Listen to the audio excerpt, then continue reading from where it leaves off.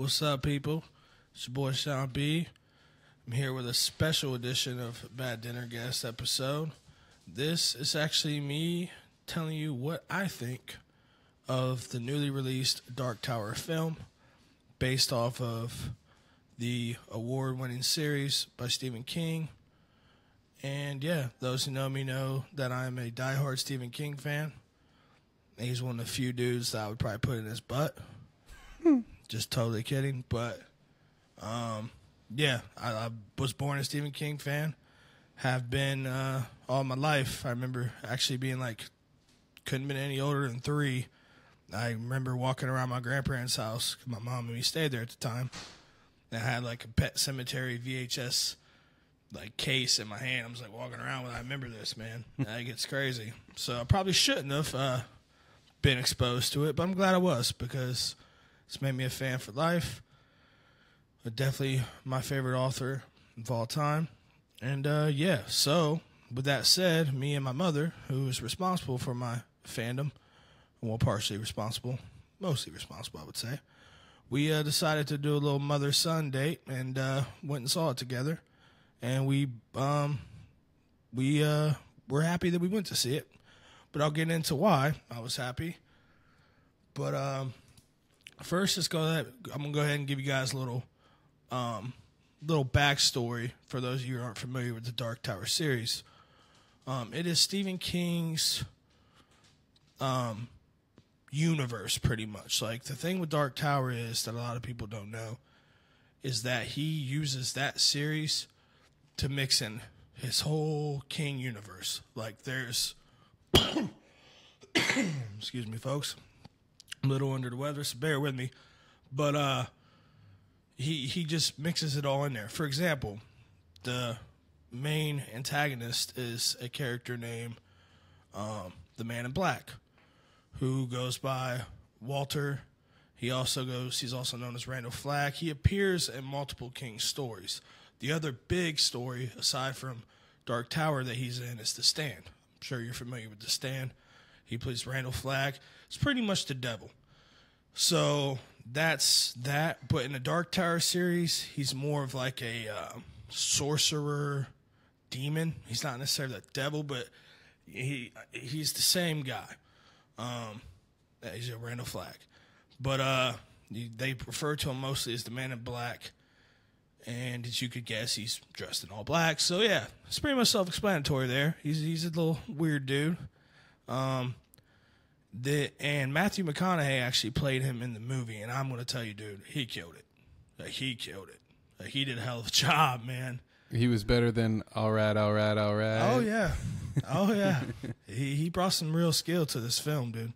And, they casted that brilliantly. Did he still have a bit of his normal drawl? Like, did he still kind of sound like McConaughey? Oh, you knew it was him, man. Okay. But he was very, very diverse in the fact that he could be charming as hell. He was the devil, man. Like, he was charming 1 second, then he was go to sleep. Motherfuckers dying and shit. You know what I'm saying? Like, it was just, he could kick gears in an instant. It was beautiful to see. But yeah, I definitely enjoyed him playing Randall Flagg. Man in Black, I should say. I'm so used to calling him Randall Flagg because that's who he is in The Stand. And Stand is actually probably my favorite Stephen King book. So I'm excited for that remake coming up here in the next few years, hopefully.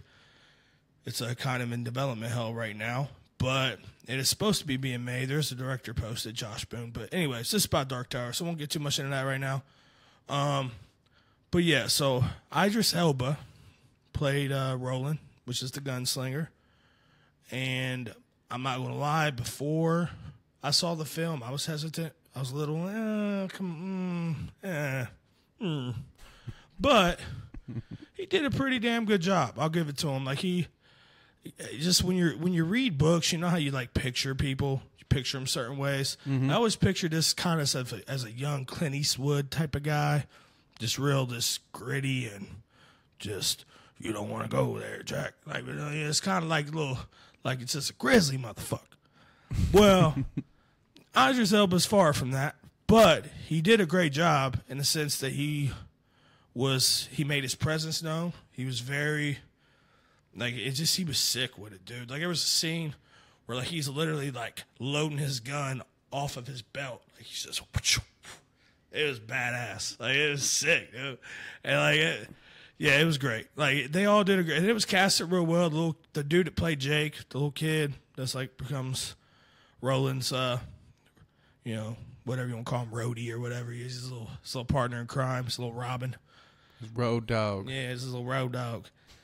That kid killed it. Like there was a scene, like honestly, where that dude like made me sad. Like he was so good, like at being emotional. He made you legit sad for him. I was sad. Like damn, man, that's not cool. Like I felt that shit. So he did a good job. It was casted well all around the table. There was a lot of people in it I didn't know. They were pretty much unknowns.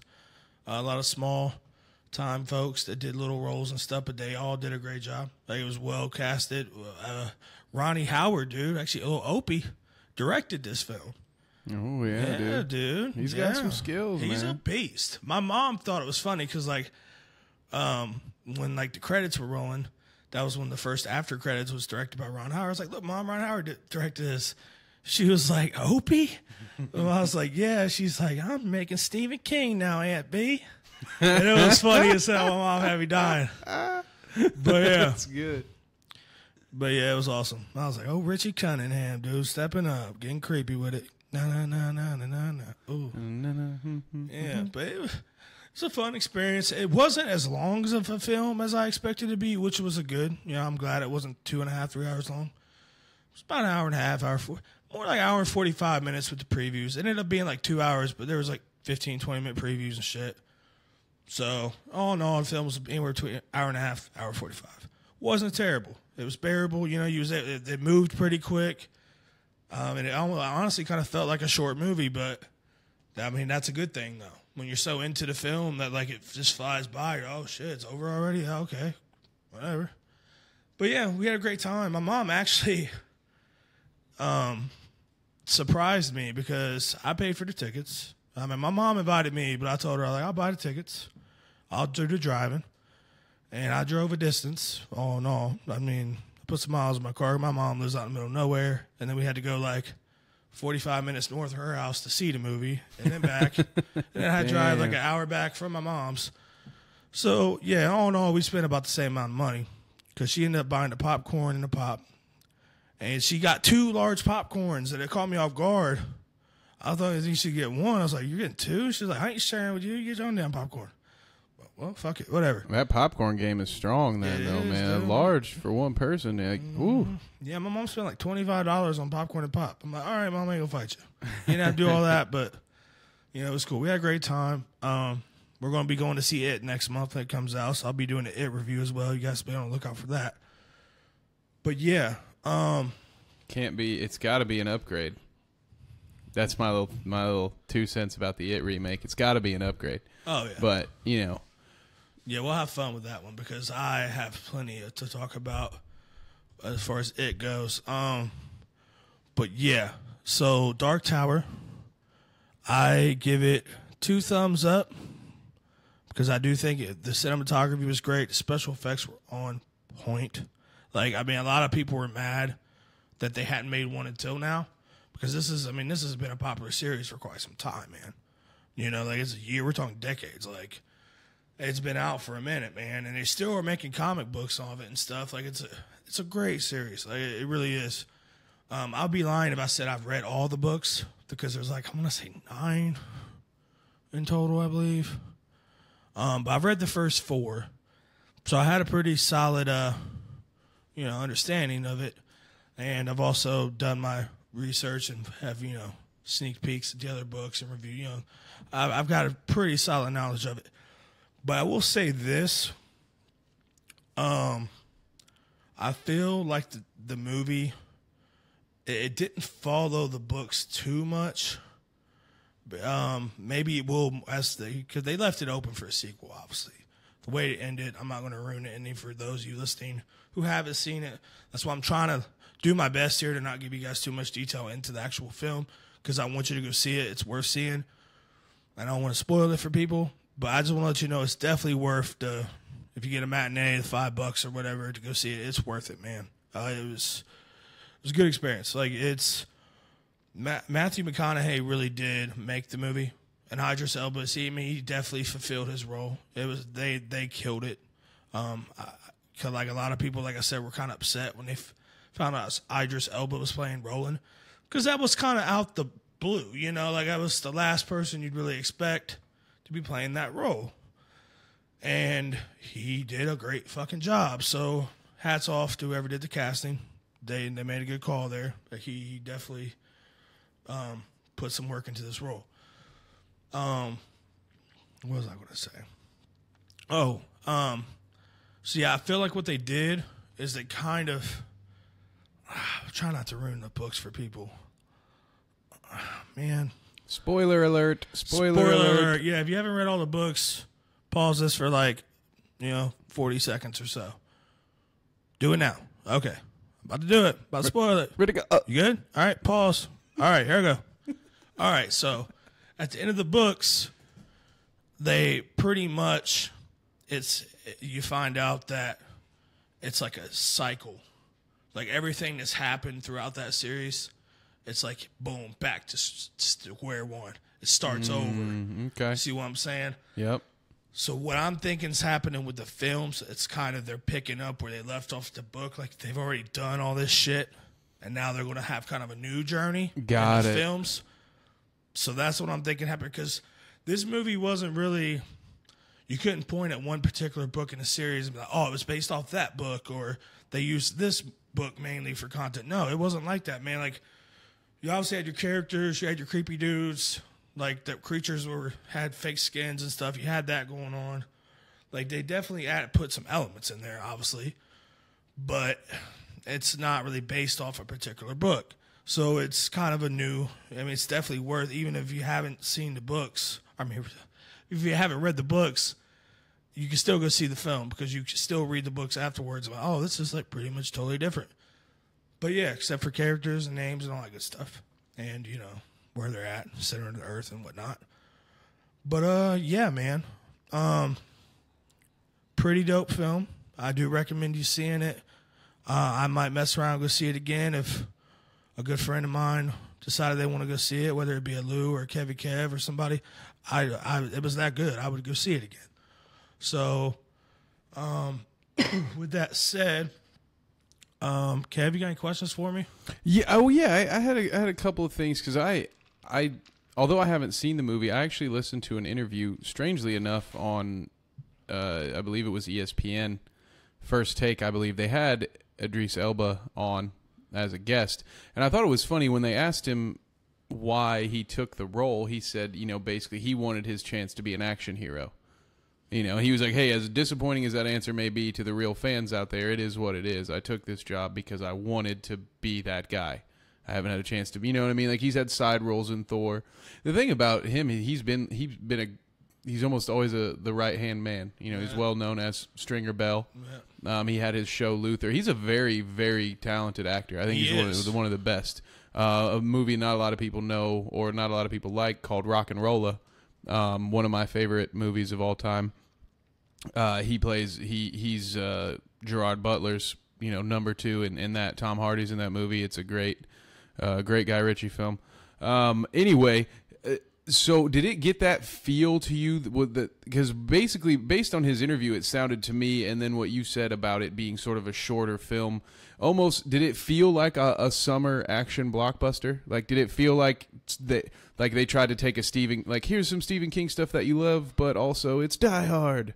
You know what I'm saying? Like, was it kind of like a hybrid? Because based on how it describes, it doesn't sound like your stereotypical Stephen King story at all. Not at all. And his Stark Tower books are pretty much the same way. They're damn near different from anything he's done, but he tries to tie in the whole universe. Like the Dark Tower, it's the center. It's mid-world. Like, it's not Earth or anything, but it's mid-world where all things earthly or whatever can cross.